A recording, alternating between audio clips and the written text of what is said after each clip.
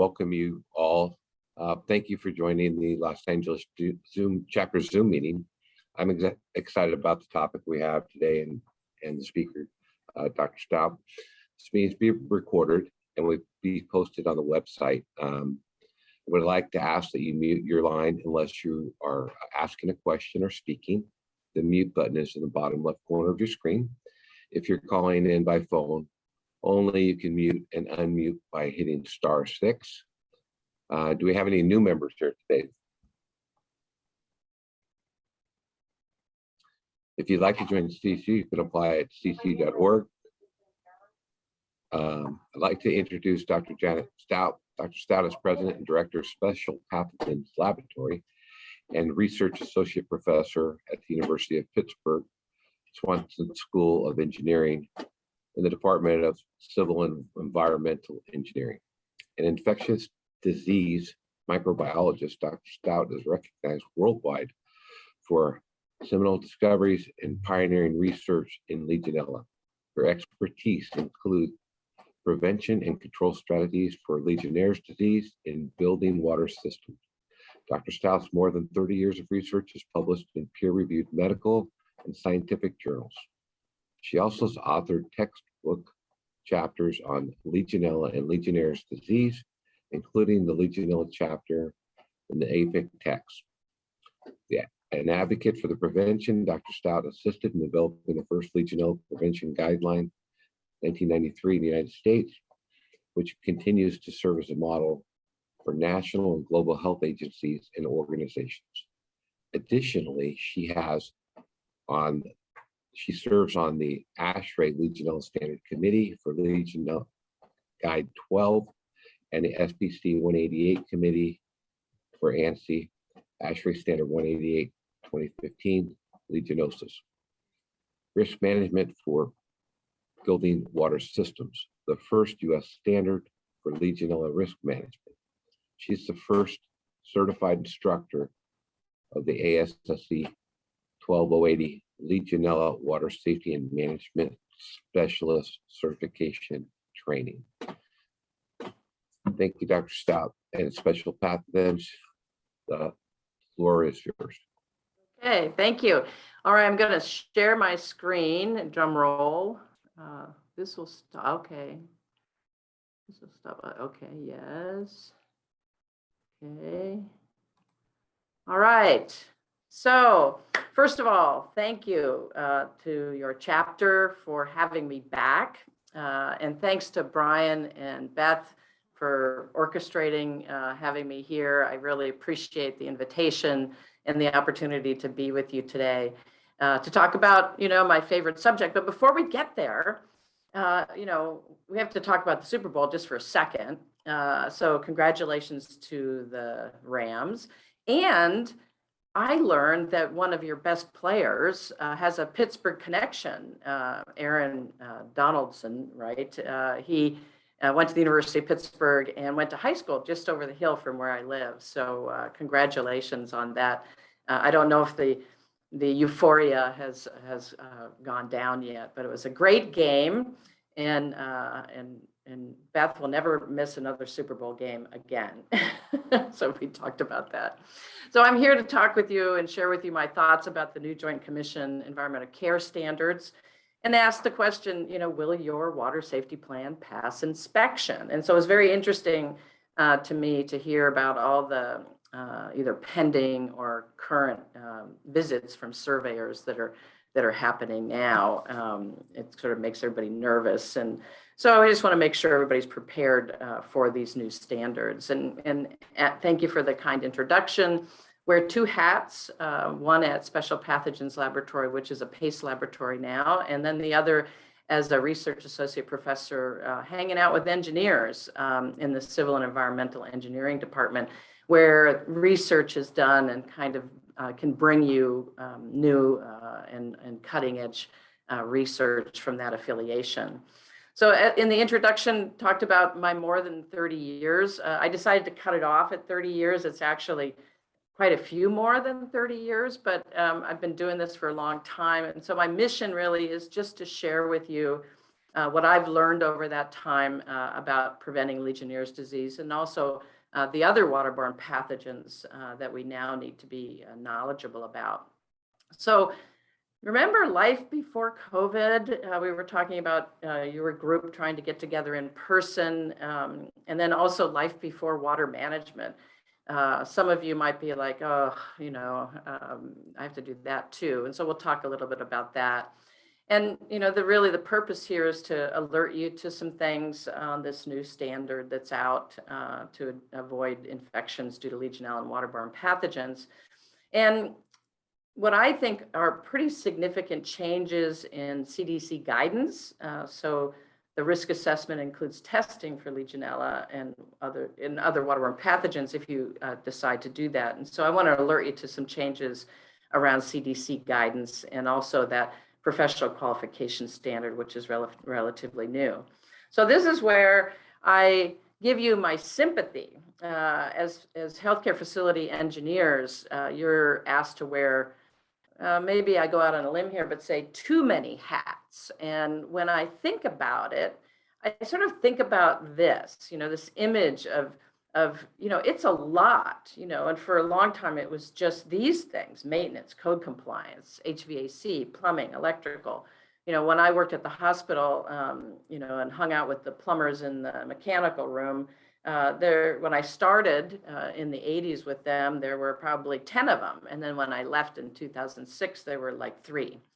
So more and more responsibilities with fewer and fewer people to help you. And then now, and this is what I mean by sort of like too many hats, now you have to know about Legionella. You have to know about waterborne pathogens other than Legionella. What about interpreting results? What do the results mean?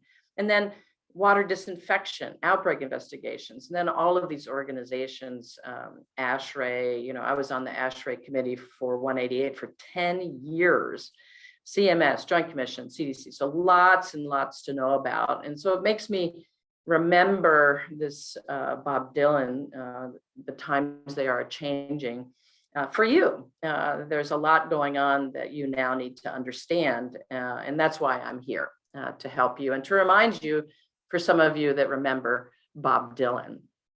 So how do we meet the challenges? What do I think you need to know about? So we're going to just touch base at a high level of how these different organizations come together on what is required for you and your facilities. What does it all mean?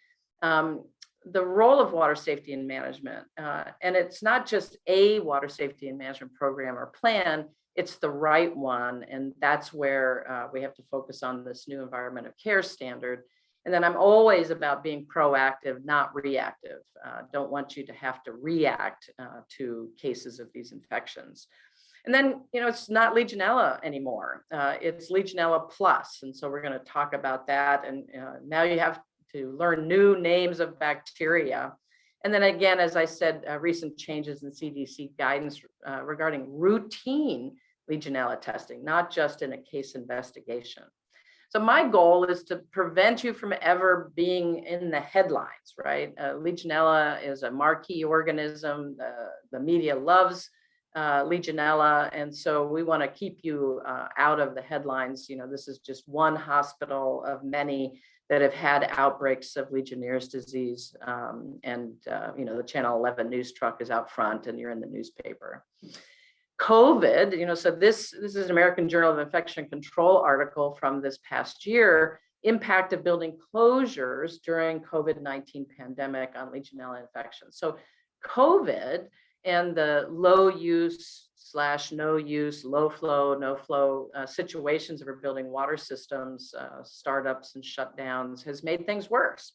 Better for the bacteria, but worse for the water quality. So we'll talk just briefly about that. And so the assessing Legionella and waterborne pathogen risk is really about knowing who's in the building. So all of your buildings don't have the same risk. So you need to have some understanding of risk stratification in terms of the occupants of your buildings.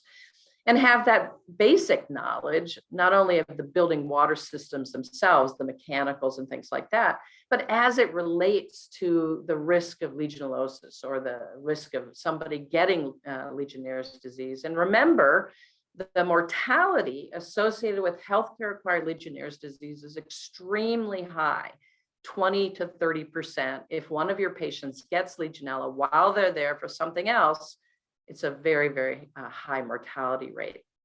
And then just a little quick review of assessing risk, and then a few words about appropriate controls. So you've probably seen this, chain of infection, and we're going to talk a little bit about a couple elements of that chain of infection. So you start out with, where is it? And of course, we're talking about water. And then how does it get from the water into the patient? And there's lots of different ways for that to happen. And then, of course, how does it get there? And then is that individual more susceptible or not to the infection if they're exposed? Because everybody that's exposed doesn't get infection. And that has to do with their underlying disease. It also has to do with where was the exposure? Was it a wound or direct installation through mechanical means? So you need to understand a little bit about that.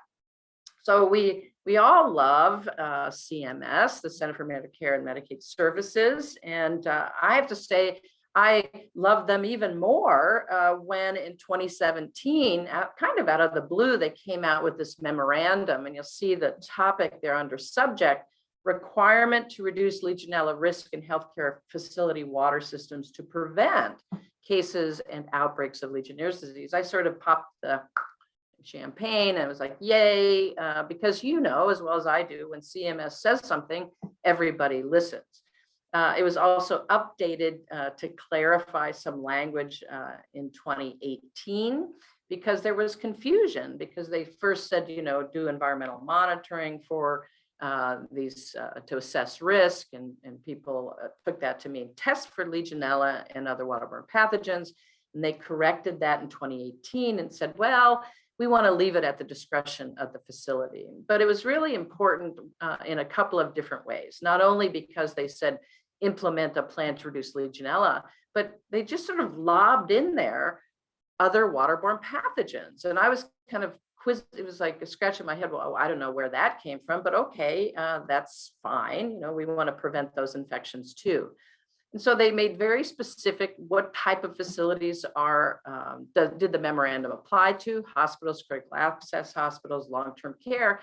But they sort of said, we're really specifically talking about these, but every healthcare facility really should be concerned about this and addressing the risk to their patients. So what did they want? They want a water management program policy plan to reduce the growth and spread of Legionella and other waterborne pathogens. And that starts with doing a risk assessment. So identify where these potential pathogens could be growing and spreading and posing a risk to your patient population. Now, this is my favorite part of the talk because I get to say these pathogens. And this is not in your normal conversation, but these are the other waterborne pathogens that CMS and then ultimately Joint Commission have called out.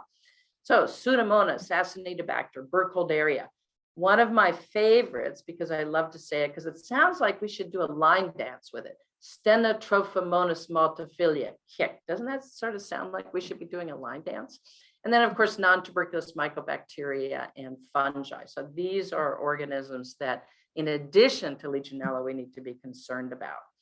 Now, what CMS did is they referred back to ASHRAE Standard 188 in the CDC in the description of what they wanted. So I put the arrow there, develops and implements a water management program that considers ASHRAE industry standard, which is 188, and the CDC toolkit. So they're helping people to direct them, well, how do I do this? Where do I go for information?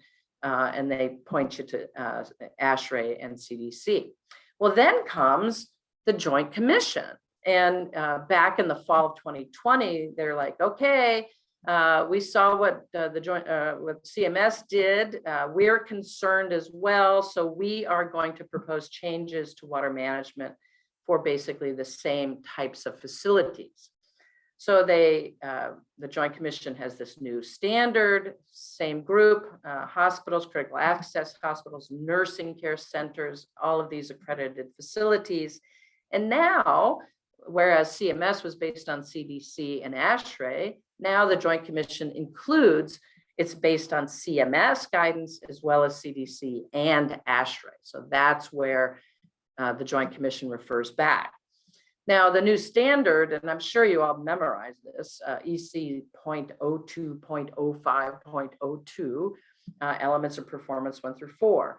Now, this diagram just shows you essentially what you'll see in the ASHRAE standard, sort of high-level organization of what needs to be the parts of your water management program.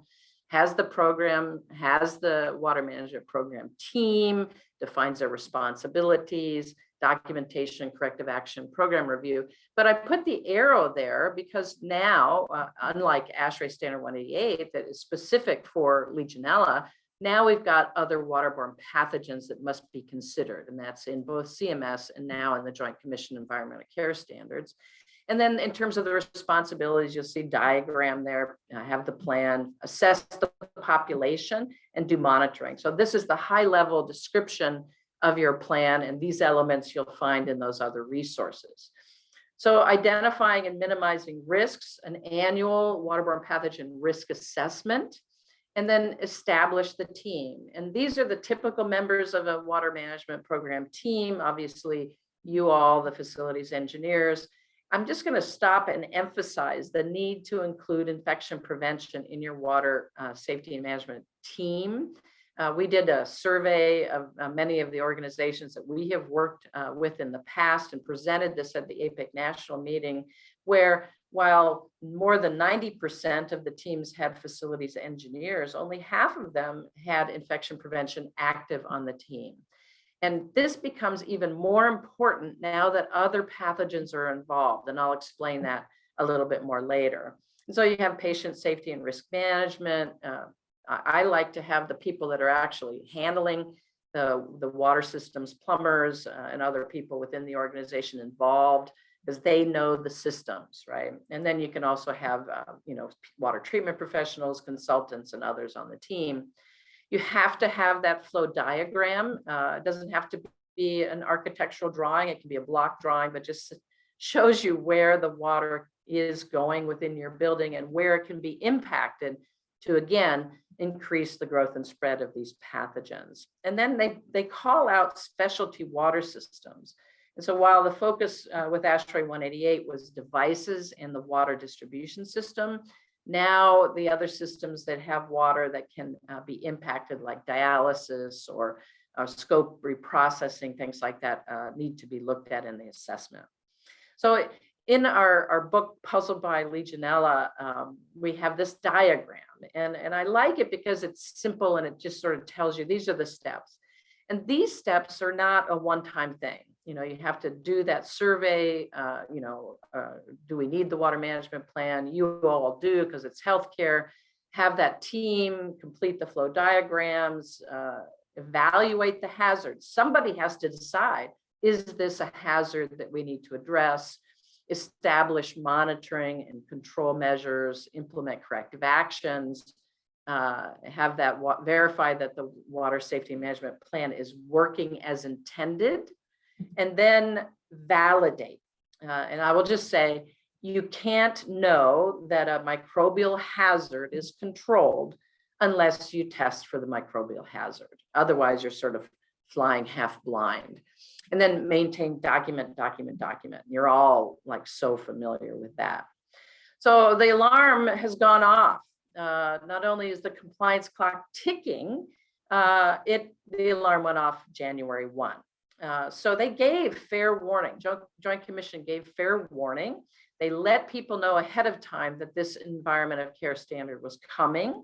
They made announcements, not effective until January 1, 2022. They put out things like this, the R3 report for water management. It's on Joint Commission online. You see the date there. It's November 2021. And again, they're alerting you to the fact that it's coming. And if you're like me, I was like, what is R3? It's R for requirement, R for rationale, and R for reference. So this R3 report you can access from the Joint Commission online and read about kind of how they describe all of those requirements.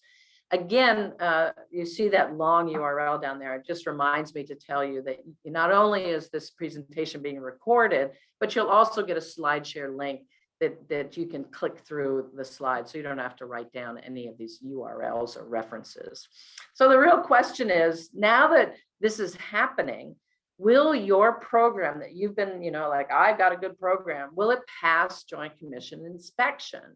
I know you're not going to get a D, but you've never gotten a D probably ever on a report card, but that's the emphasis. Will you pass inspection? So what are these elements of performance in this EC 0.02.05.02?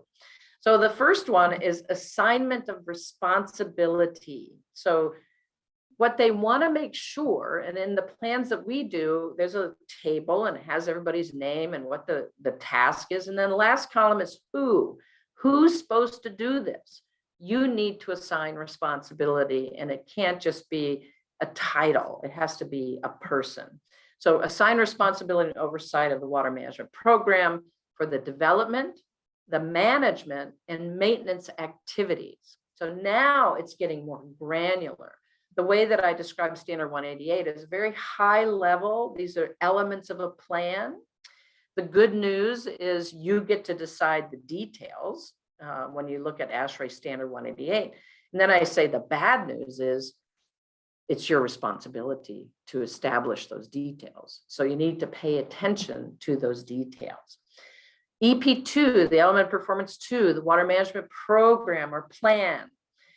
It should include risk assessment. So you really should have a separate document that's the risk assessment. You have to have a separate document that's the flow diagram, and somebody has to be responsible for doing that. You have to have monitoring protocols. You have to establish acceptable ranges for those control measures. And construction and renovation. You need to have processes to include in your water management program and plan how to assess the risks of construction and renovation. So now we're really getting specific. And, I'm a glass half full person. When it was sort of vague, you weren't sure, how are you going to be graded, so to speak? Well, now it's very specific, and you can tick through these and say, yes, we're good. A little unclear here. We need to get that a little bit better. Make sure that the water management program and plan includes, for example, when you're talking about construction, I'm going to point you to a document or pages on the CDC website, WICRA, Water Infection Control Risk Assessment for Healthcare. You need to also, this goes back to who's in the building, and in your case, who's on the ward. You have different patient populations throughout your facilities. The most extreme, obviously, solid organ transplant and bone marrow transplant. You want to be doing different things for that group, and the fact that they're at such high risk. So you need to work with infection control. And one of the things that we like to do is, here's a list of your units, types of patients, and someone, usually infection control, fills out the last column, low, medium, high risk for transmission of these waterborne pathogens and risk of illness. So get their help with that. EP3, monitoring protocols, acceptable ranges for control measures.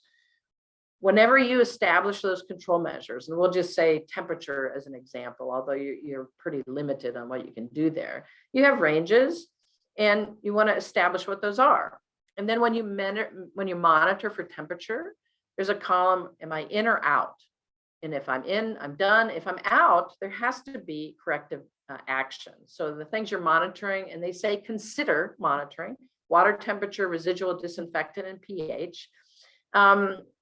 If you're not doing supplemental disinfection and you're testing for residual disinfectant in hot water, most of the time, especially if it's chlorine as the primary disinfectant, you're not going to measure anything. So you don't need to do this at every single location, but you want to have an idea. Are you able to maintain any disinfectant that comes into your building? And then just so you know, Usually there's no correlation between that baseline level of disinfectant and Legionella presence or absence. So it's a little bit of busy work, but there it is in the Joint Commission standard. pH, I have found no value myself to measuring pH, but there it is. That's my editorial comment. So the protocol should include specificity. What is it that you're monitoring? What are your limits? And those specific parameters that you're measuring. And that has to be in your plan. And where are you measuring it? Like I said, I don't personally believe you have to measure those parameters at every single location. You need to know generally what the water quality is over time. And so you pick how many locations and where, and that's part of the specificity that's being called out here in EP3. Again, those corrective actions need to be taken when they're out of range. You have to say, when are they out of range? And then what are you going to do when they're out of range? And who's responsible? It has to be documented. Other issues that need to be addressed, system startups and shutdown. I always think about cooling towers when I think about that. Any areas that are closed or have low census. This is that sort of COVID related issue of low use, no use, low flow, no flow. It was also a problem before COVID because units would be shut down because of low census and then to be brought up. You really need a protocol written down with specificity of how you're going to do that. Not usually a problem in terms of changes in municipal water treatment, but it's possible. Obviously, Los Angeles used to be chlorine, I believe is now monochloramine. And so that's a sort of a something to pay attention to. Water main breaks impact in a negative sense water quality in your hospitals. Maybe in the old days you were like, well, we got some brown water, we'll flush the lines. Well, that's really not an adequate response now. You really have to have it written down what that means and whether or not you're going to be concerned about any increases in Legionella and other pathogens, because this has been connected to outbreaks of Legionnaire's disease. And of course, construction and renovation. That is a well-known risk factor for Legionella outbreaks. Fluctuations in water temperature, it may be an indicator of something failing in your system. Sometimes that can be a good indicator. In the element of performance 4, the annual review of the water management program or plan. And I've underlined key words here: when changes have been made, when new equipment is installed or switched out that may impact water quality. And this also includes commissioning of any new spaces or buildings in their entirety. So, your water management program is not a static thing. Your facilities are constantly undergoing change and construction and renovation. This needs to be reflected and documented, and they will look for this in this EP4. So why is it so important to review those things? And it is important, I think, now that the alarm went off and they're going to start their surveys asking about this, is there have been failures. What they're looking for is, are you meeting the condition of participation? And the most important one here is really the infection prevention program, which is listed here. There must be an active program for the prevention, control, and investigation of infections and communicable diseases. So if you failed to pass, there's like the low level failure, the standard level deficiency, not quite compliant with that condition. Now we escalate a little bit higher, substantial non-compliance. And then I have seen immediate jeopardy with regard to Legionella, non-compliance likely to cause harm or death. Don't want to get that grade, right? So you want to avoid that. So what has happened already in the field, even before this new standard came into play? Well, facilities didn't have formal monitoring logs. It's like on somebody's piece of paper and a clipboard somewhere, and people can't access it. So that is not good enough. When monitoring results exceed those target ranges, but nobody had a corrective action and nobody was held responsible for doing those corrective actions, that's a failure. They didn't respond to a consultant's warning. If your consultant is going, you need to address this, and then you willfully don't act on that advice without documentation, you might get one of those immediate jeopardy things.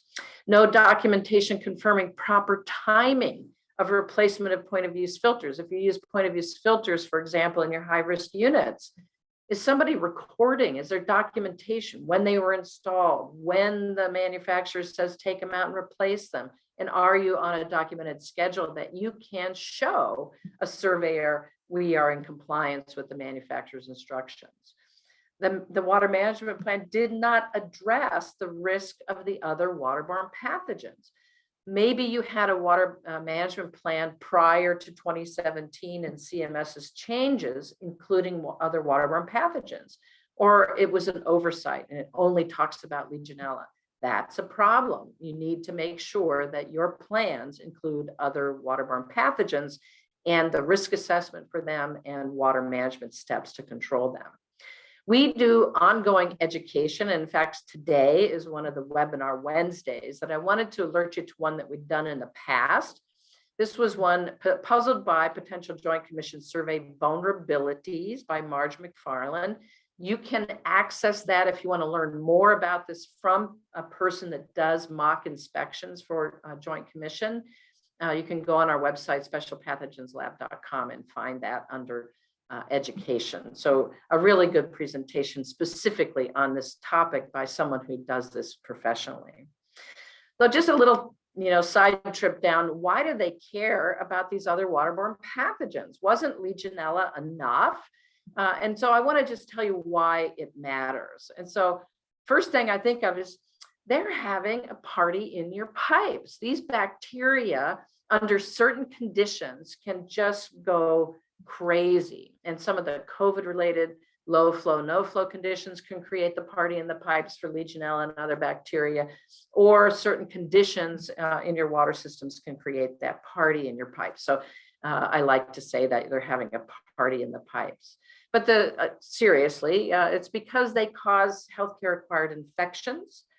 Those that are most affected by these other pathogens are immunocompromised, often neonatal intensive care unit patients. And then the other reason is, and this is why prevention is so important, is once those infections occur, they are often resistant to standard antibiotic therapy. So it's really tough to treat these infections. And so I think of these bacteria, and I don't know if you're familiar with the X-Men apocalypse, but I've decided to call these X-bugs. Pseudomonas acinetobacter burkholderia. There's my friends, Stenotrophomonas multifida, and non-tuberculous mycobacteria. They are intrinsically antibiotic resistant and are bad news if your patients get those infections. So high mortality rates, resistant to most antibiotics. Talking about how do we get exposed to them, water is often in the story. So injection and medication preparation near sinks, nutrition, including breast milk and infant formula. Outbreaks of, for example, with Pseudomonas have occurred with that because they're prepared near sinks or the water is not clean.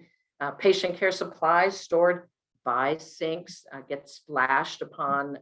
And so lots of different ways. Contaminated water, neonatal intensive care units. Sinks have been linked to infections. Operating room scrub sinks, contaminated sink drains. It's just, now your water awareness has been raised, use of non-sterile ice for immunocompromised patients, ice machines. You would be shocked at what we grow from ice machines in the laboratory. It's just disgusting. So coming back to our chain of infection, we just talked about where the exposure can occur and then the mode of transmission.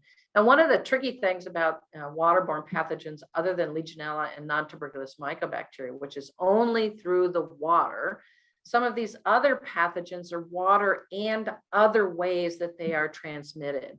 So it's not just water. And that's why it's so important to involve infection prevention in kind of figuring out what to do about these other pathogens and their risk. So these are some exposures. And as I said, not all of them are water related. There's obviously direct contact. The non-water related is it's on the hands. They can be on the hands of healthcare workers. They can be in contaminated medication, soaps, things like that. But these are sort of typical ways that water gets into patients' aspiration. The water that they have in the upper airway goes down the wrong pipe. They can overtly aspirate, choke, but also micro aspirate. You can't tell. And then, of course, aerosolization, and then wound infections are also ways to be exposed. Equipment, remember the specialty uses of water was called out in the Joint Commission. Are they following manufacturer's instruction for use? Those instructions are often very complicated, and there's low level, maybe perhaps not fully trained, a lot of turnover in scope reprocessing. So that's a vulnerability that you should be very vigilant about because they may not be using the correct quality of water. We talked about the shutdowns and disruptions in water, closures due to COVID, but also construction. I put it in red because it's a big deal. We know that construction is a risk, construction and renovation, especially for the growth of Legionella in water systems. And many facilities have learned this the hard way. This is the University of Alabama hospital. 2 patients die after testing positive. It was renovation in a hematology oncology unit. They didn't quite know and weren't aware that this could be a problem.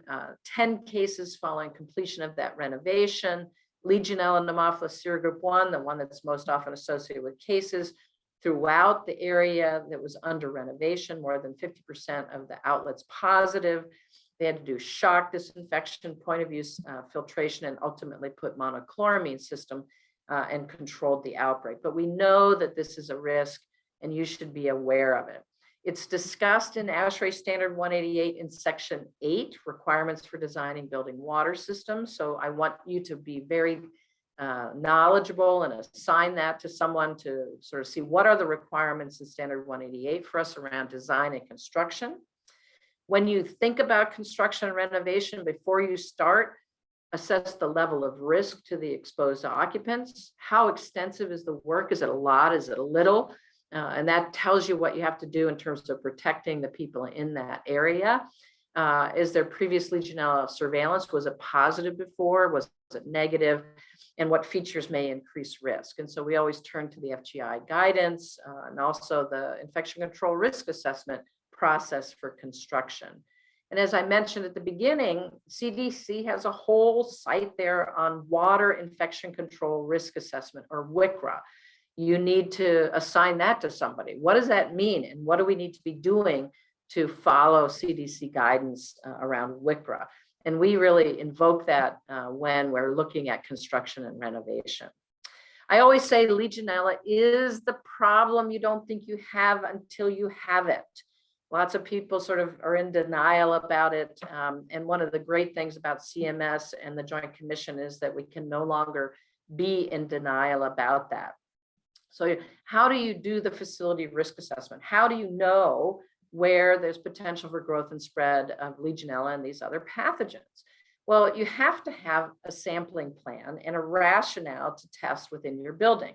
What do I mean by rationale? Well, your highest risk units, bone marrow, solid organ transplant, hematology, oncology, neonatal intensive care units, you really need to think, should I be sampling there? And if they're positive, what do we do about it? So these are really important when you think about it.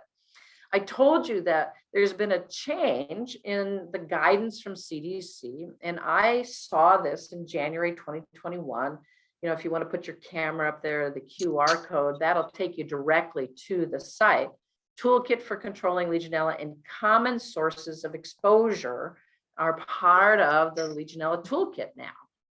So, there's usual things that they describe as part of this updated toolkit, but what really got my attention, and I'm making it big like that, routine testing. Those words never before were uttered by CDC other than to say, we don't recommend routine testing. And so this is a paradigm shift. So CDC says factors that might make testing more important: difficulty maintaining your control limits, any prior history of Legionnaire's disease in your facility. There you are, being a healthcare facility that provides care to at-risk individuals. They talk about, for the first time, water age, how long the water's in the building, in the facility, because of that COVID low flow situation. Water age, longer water age increases that opportunity for the party in the pipes. What's new in this section is help to interpret results of routine Legionella testing, which has also never been there before. So they talk about what's the concentration in colony forming units per milliliter? What's the extent or the proportion or percentage of the outlets that you've tested are positive? And they talk about the type of Legionella that's isolated. Is it Legionella pneumophilus serogroup 1? Is it other species or serogroups or sequence types? And then CDC says the presence of any Legionella should trigger response activities. So this is another reason why they say whatever testing method is used should be capable of testing not only for Pneumophila, but for other species as well, because they are concerned when any Legionella is present. I'm so thrilled that they clarified in this 2021 update, it's okay to collect 250 ml. You don't have to collect a liter for routine sampling. Yay. Thank you very much, CDC. So you will find that in that January 2021 update. So I always like to say, who's doing your Legionella testing? And I have a little fun with this. DIY Dale over there on the left, or is it a trained microbiologist? And then who's doing it and how? And so there's an international organization of standards, standard 11731, that says this is how the testing should be done. And the laboratory should be accredited. And CDC actually gives guidance about this in their toolkit. It should be accredited, not only the method, but also the quality within the laboratory. So that's the standard 17025. So CDC says the laboratory should be accredited to that ISO standard.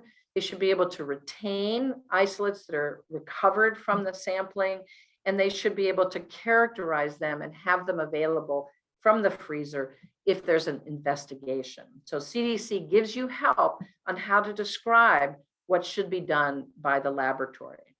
So coming back to all this responsibility that you have, that's really in some ways outside your wheelhouse. Now you know about Stenotrophomonas multifilia, but do you really want to go deep into that? Probably not. And there's a risk here that I see about successfully implementing water management plans. And so I like to use this quote from Paul Harvey. If there's a 50-50 chance that something can go wrong, then 9 times out of 10 it will. It's kind of funny, kind of a Yogi Berra kind of quote. So we need better Legionella water management. And what I've seen over the years is it's like lemmings to the sea. After ASHRAE 188 came out, everybody and their brothers like, I can do that. I can do water management. So more and more people are doing it. And so how do you know that your provider is knowledgeable? This is like something that has bothered me, because we want to make sure you get the right help to carry that big boulder up the hill. So ASHRAE standard 188 actually has this quote: the program team shall have knowledge of building water system design and water management, but the most important piece there is as it relates to legionellosis. So your folks have all that knowledge about the facility systems, how they work, but maybe do you really understand how the infection risk and prevention relates to that?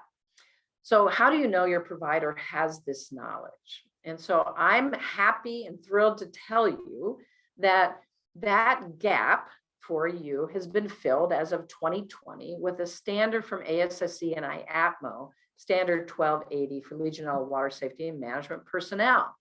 So this was approved in April of 2020, this ASSE standard, and it's an ANSI standard. And for those of you that are steeped in standard development, you know that that is important, that a standard follow the ANSI process.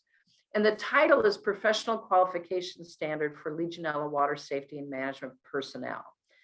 This is the list of the topics that are covered to be certified by this standard. So typical ones, but also waterborne pathogens are included. So now there's basic minimal knowledge requirements for water management. It's a 3-day training, 24 hours. They have to pass a written exam of 100 questions. They have to get a B, an 80% or higher to be certified. And then they have to be recertified every 3 years. So this standard gives you more confidence if your provider is certified to the standard that they have the minimum knowledge. This is not a PhD in water management and Legionella prevention and waterborne pathogens. It's a minimum bar of knowledge that assures you that that provider has that. We do training, other people do training. Our next training is in March. If you go to our website, specialpathogenslab.com, you can get more information about that. I encourage you to require that from your providers so that you have that knowledge. And you might even want to do the training yourself so that you aren't in the dark about what your providers are doing for you. So I now know you're all A students, and when CMS and the Joint Commission come and look at your water management program, you will all get A's. But I also know it creates a lot of anxiety. Not my intention to create more anxiety for you, but I do have a solution, because I always say, don't bring me a problem unless you have a solution. And that's my Dr. Stout's Legionella chill pills, and they work for Legionella as well as other waterborne pathogens. So let me know if you need some chill pills. So with that, I will say thank you so much and stay safe. And it's just been a pleasure to be with you today. And I hope the information that I shared with you was helpful. We can take some questions now if there's time. Dr. Janet, thank you so much for this presentation today. Before we get hit with everybody wanting to ask Dr. Janet a question, if we can just maybe all refer to the chat box so that we can do this in an orderly fashion, that would be great. Mark Kennedy, I see that you typed something up earlier. Okay, Mark Casey, Dr. Stout, you are a rock star in this arena. Amazing presentation, knowledge through leadership. Thank you so much for your continued support of our industry. Thank you for inviting me. It's really fun for me to be here.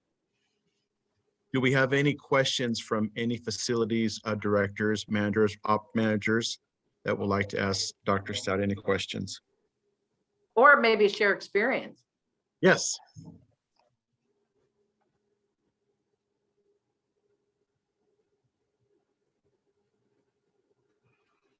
Good morning. This is Dave Lockhart. I've got a question for you because I do have, unfortunately, some experience with finding it in our buildings. Once in our cooling towers, another time in one of our buildings, actually a couple of our buildings, mainly a clinic.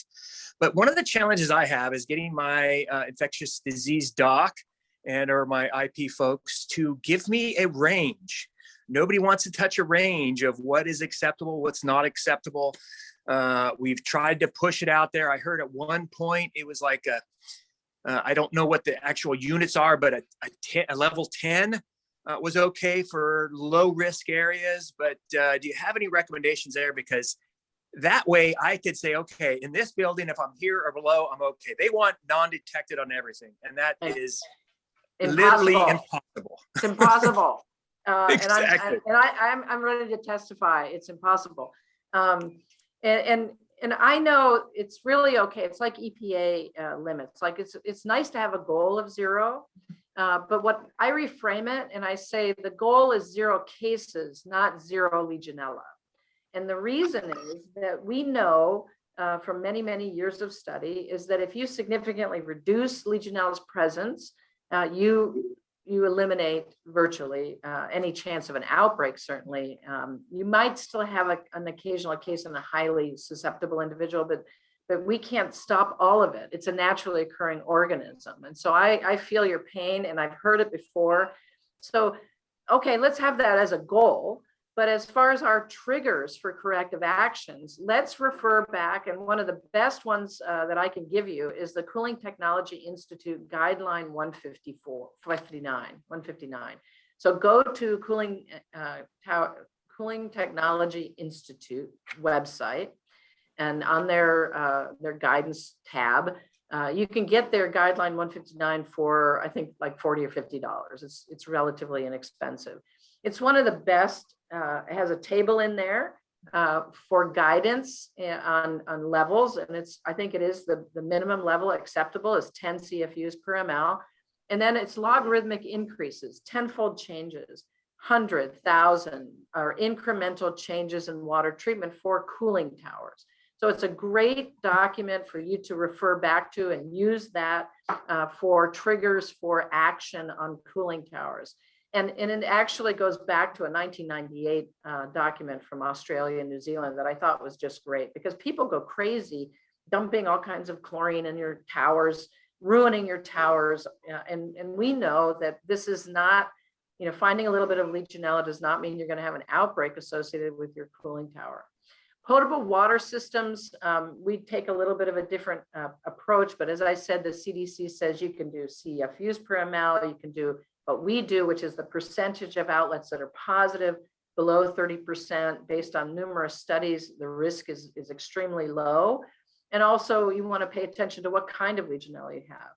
So there's various documents out there that should be referenced in your water management plan. You can reproduce those tables. The two, one state, New York State and New York City, both have regulations, public health law, and in those regulations are those criteria. So in New York State, that percent positivity is in their regulation for healthcare as a measure for potable water risk. And the table for cooling tower in New York State, it's 20, I believe, as the goal. And then in New York City, it's 10. So remember, and maybe you could repeat this to them, the goal is 0 cases, not 0 Legionella. Excellent. Thank you very much. Appreciate that. Any other questions that we can? I have a question. I'm a plumber here at UCI Medical Center, and currently we've been practicing a water management program for a few years now, and we've primarily tested for Legionella.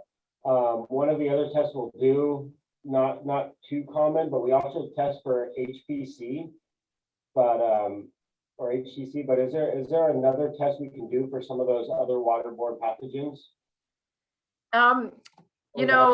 Right. And it's what I say about, and this is one of the reasons why it's important to involve infection prevention. And what we usually do is we defer back to infection prevention to let facilities know if, they have that finger on the pulse. Are they seeing a cluster of Burkholderia cases? Are they seeing a cluster of Pseudomonas infections? Pseudomonas is tough because it's so common. And it's a very common infection in the ICU, unrelated to water. It's colonization, which it complicates the picture. It's not just about, did we find those organisms in the water? So there has to be very careful consideration for testing for those other organisms. I certainly would say, you want to be testing for Legionella and Pseudomonas in the neonatal intensive care unit, because we've got well-documented outbreaks associated with that very high-risk group. But some of these other organisms like Burkholderia, you might find it in water on occasion, but what usually happens is it's a failure to follow an infection prevention procedure, for example, in scope reprocessing, that now creates a risk for the patient. And that can be handled not by water treatment, but by complying with the procedures that are there. And infection control knows full well, you can lead the horse to water, but sometimes they don't follow, right? And so now you re-emphasize the correct procedure and you eliminate the outbreak. So consult with infection prevention on monitoring for organisms in that other waterborne pathogen category. Thank you. Great question. Thank you for that. And by the way, heterotrophic plate count, HPC, is a tool in your toolbox. It can tell you some things, but it will not predict presence or absence of Legionella or any of these other organisms. So use it, track it. It might tell you, certainly in cooling towers, it tells you if there's a process leak or an upset. but don't use it to tell you anything about the presence or absence of Legionella and these other pathogens. Outstanding. Any other questions? Hello, Brian. Brian, I put one in the chat for you. Oh, okay. I think There you go. should I'm sorry, answer- I think Santiago. you should answer You it, did. Brian. Please go ahead, Santiago. Ask away. All right, in the chat, I had put a question regarding the water fountains that we have in the hallway that we really haven't been using since COVID. Any recommendation on the frequency for testing of those and what type of testing we should do? Well, I applaud you for being aware and alert to what probably is compromised water quality coming from those fountains. Compromised just in general because it's just been sitting there. And you know, in the past, when I've tested water fountains, drinking fountains, that's what you're talking about, drinking fountains, not decorative fountains, right, Santiago? Correct, drinking fountain. You know, they usually, like ice machines, have a charcoal filter or some kind of filter associated with them that who knows, you know, when it might have been changed. And now it might be sort of like this little party in the pipes, but it's a party in the filter because it's just been sitting there. And the trigger for the chilling aspect of the fountain, you know, might not be keeping that water very cold. So what I would suggest that you do is you do some maintenance, you know, you do your PM on them, make sure that the water coming out of them is cold. If it's cold, the risk is usually very low. And in my experience, sometimes you'll find a Legionella species that likes the cold. And those are the blue-white fluorescing species like Legionella anissa, and extremely low risk. I don't really recommend disinfection when I find those because they're so common and they don't cause infection hardly ever. So do the maintenance, the PM on it, make sure they're operating properly, and then you know you could do a round of testing just to give you peace of mind. Dr. Janet, there was a question that came in older buildings where dead-end domestic water lines from past years' constructions cannot be located and positive tests reoccurs areas. Do you have any recommendations for chlorine injection into domestic water systems? Any successful vendors for this type of product? So a couple of things packed into that great question. And so it's sort of like 1, 2, 3, 4. So a lot was made of dead legs, okay? And certainly water quality in a dead lake is not good. I wouldn't recommend putting a straw in there and taking a drink out of that area, right? But almost all buildings of any certain age, you know, have capped off piping. And that's not what causes Legionella to be present. Legionella is a naturally occurring organism, Pseudomonas as well, it's in soil. So they're going to come in with the municipal supply. And if they have a nice warm temperature and friends, you know, other bacteria and protozoa nearby, they can multiply. And so I don't recommend going at, you know, tearing out walls and cutting out wherever you find a dead leg. I would recommend if you're doing renovation and you find dead legs to remove them, you know, that's certainly fine. Whether or not the proximity to dead leg is the cause for repeated positive cultures, it may or may not be. Because there's we all know plumbing is complicated. There's lots of nooks and crannies there. What I always say, it's more than our Thomas's English muffin, right? There's lots of nooks and crannies for Legionella and other bacteria to hide out. If you have widespread consistent positivity, you might want to do supplemental disinfection, whether it's chlorine or something else. Contact your water treatment provider and they can help you. They may offer that service, but also talk to other people. You know, don't just talk to your vendor. Do a little research on what might be best for you in terms of if you choose a supplemental disinfectant. So it's, you know, is it localized? If it's localized, then you start to do some investigation upstream of the fixture as to what may be causing it, and try to do engineering controls and make adding chemical to the drinking water the last resort, not the first step. Thank you, Dr. Janet. Another question came in. What about water features inside and outside hospitals? What precautions are needed? Uh, Fill the inside water features with soil and make them a garden. They are very popular with benefactors, but infection control knows this is really something to be avoided in the FGI guideline. It's to be avoided in the Veterans Affairs guidance. It is to be avoided or not allowed because of the inherent risk of having water, especially when you have those high-risk people passing by. So we know that they can be a source of Legionella, certainly.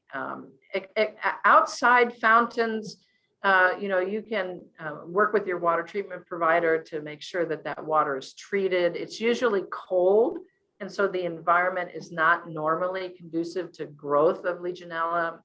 And so if you can keep it cold, but in your climate, unlike mine, it might get real warm. So you want to treat it. You certainly want to monitor it to keep an eye on potential risk. Outstanding. Are there any other questions?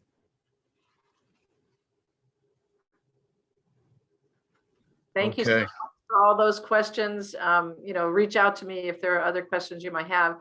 For those of you that are pending your inspections, I hope this will prepare you. They may ask about the new Joint Commission standards. So the timing of this talk is very timely. So thank you again, Brian, and the whole chapter for having me, and enjoy your Super Bowl victory. Thank you so much, Dr. Janet. We appreciate you coming on board and sharing all this information. You're welcome. Bye-bye. So this is the second time I've had this with you, and it's great. Even the second time, I love it. You do a great presentation. Thank you so much. Oh, thank you. I'm blushing. Thanks so much. Have a good- Bye-bye. So real quick, everybody, we're just going to give us a few announcements before we conclude for all those that can stay on just a little bit longer. Today's presentation is being recorded and will be available at cshi.org for those that want to go back and maybe pick up some information that Dr. Janet presented, a lot presented today. Want to thank our gold and silver sponsors again for staying committed to our group.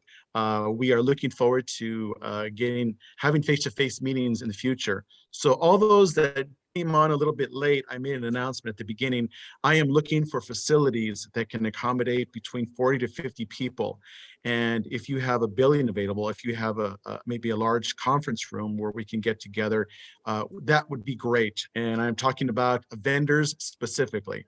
Obviously, we're trying to do something a little bit different this year, but we want to do it vendor-based.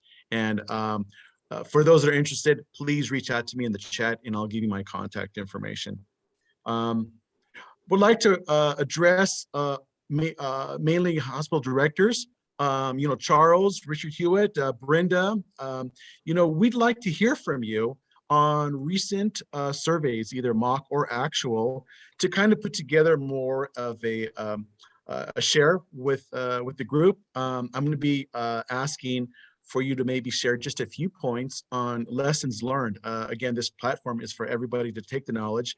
And if you've had something that you feel would be a benefit to other directors, we'd love to hear from you. Rich, I see you down there as well. So I'll be calling you to see, and again, if you're uncomfortable with public speaking, it's not a problem. I'd like you to maybe share the information with me. I'd be happy to be your mouthpiece, but really just maybe a couple of points as far as what helped you so that we can get that out to the other directors.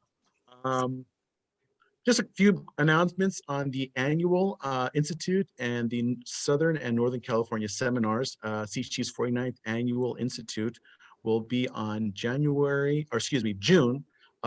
1 through 3rd, 1st and 3rd of this year.